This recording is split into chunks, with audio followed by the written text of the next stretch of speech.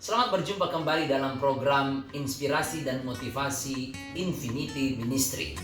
Saat ini di dalam tema dimurnikan untuk memurnikan. Puji Tuhan, di dalam Injil Yohanes pasal 15 ayat 2 sampai dengan ayat 4, demikian firman Tuhan. Setiap ranting padaku yang tidak berbuah dipotongnya, dan setiap ranting yang berbuah dibersihkannya, supaya ia lebih banyak berbuah. Kamu memang sudah bersih karena firman yang telah kukatakan kepadamu. Tinggallah di dalam aku, dan aku di dalam kamu.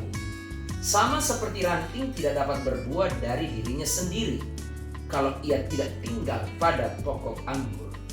Demikian juga kamu tidak berbuah, jikalau kamu tidak tinggal di dalam aku. Saudaraku yang diberkati oleh Tuhan, Allah adalah Sang Pemurni. Hidup manusia terjebak di dalam lumpur dosa, dan ketika Kristus datang, Kristuslah yang memurnikan manusia dari dalam dosa. Oleh kuasa darahnya, kita dimurnikan, kita disucikan, kita dilahirkan kembali. Namun selanjutnya, kehidupan kita yang ada di dalam dunia ini terus bergulat, bergumul dengan setiap tantangan, setiap beban hidup. Dan tidak bisa dipungkiri bahwa dosa adalah tetap menjadi pergumulan besar bagi orang percaya. Yesus berkata bahwa Dia adalah pokok anggur dan Bapalah pengusahanya. Setiap kita yang percaya, kita hidup melekat di dalam Dia. Dan Alkitab berkata bahwa Dia adalah pribadi yang setiap waktu, setiap saat membersihkan, memurnikan. Dimurnikan dengan apa? Dimurnikan dengan firman Tuhan. Firman Allah adalah alat yang dipakai Allah untuk membersihkan manusia, membersihkan orang percaya itu. Yang salah satu yang dibersihkan adalah motivasi. Ketika kita percaya, ketika kita dipanggil oleh Tuhan menjadi milik Tuhan, maka tujuan hidup kita, motivasi kita adalah untuk kemuliaan akan nama Tuhan.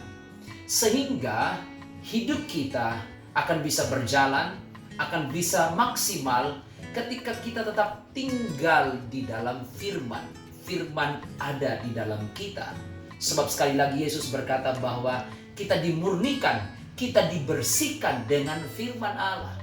Firman itu akan membersihkan, akan memotong, akan membuang setiap karakter, setiap hal yang tidak berkenan, tidak bersesuaian dengan hati Bapa.